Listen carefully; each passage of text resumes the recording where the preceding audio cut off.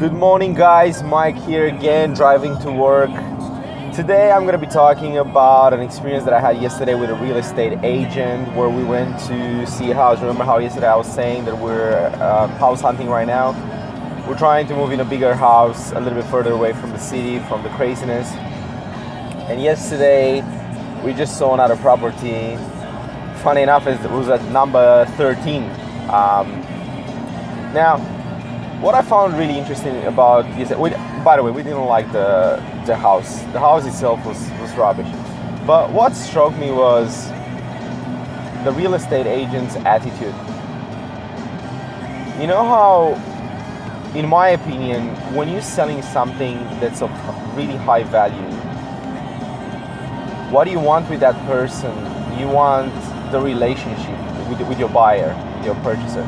You want that connection at an emotional level rather than just trying to be a salesperson. If you're just trying to be a salesperson, you should sell soap, toothpicks, whatever, detergent, things like that.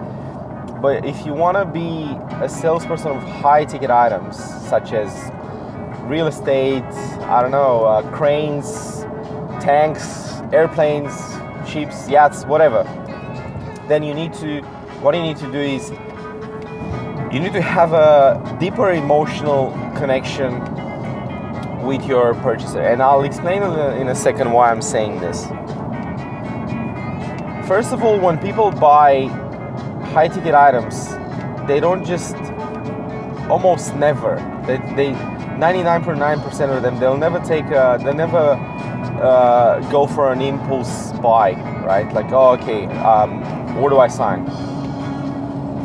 They'll take days and days and weeks and months and sometimes years to think about it, if that's the right way forward for them.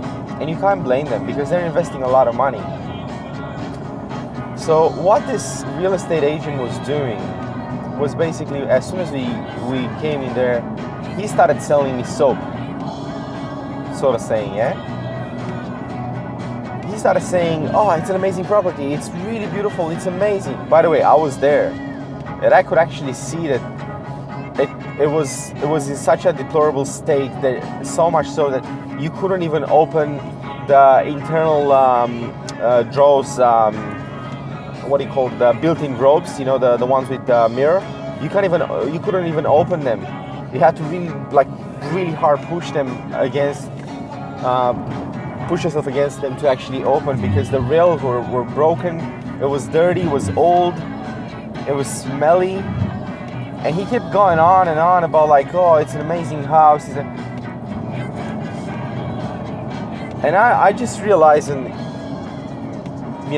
this time I was on the other side of the fence. Most of the time, I'm on the other side of the fence. I work in sales, and this time I felt, wow, this is what a client shouldn't feel.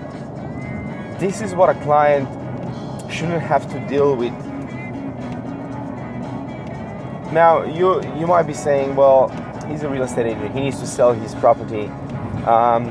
What would you like him to say? Well, to be honest, because there is no way in hell someone like us would have bought that property, and especially with the price that they were asking, that was ridiculous. What the real estate agent could have done was to build a relationship with me and get me to trust him, because we haven't bought a house. He's gonna have plenty of houses coming up for sale in the next 1, 2, 3 months. So he would have wanted that relationship with me more than that sale. Because if I would have felt at that time that I can trust him, I would have gotten him his card, his mobile number, and say, look, let's keep in touch. I really want you to show me more properties, because I feel you're an honest person, and I feel that you're someone that I wanna have a deal with. So that's it for today, guys. This is my advice. If you're in high ticket item sales,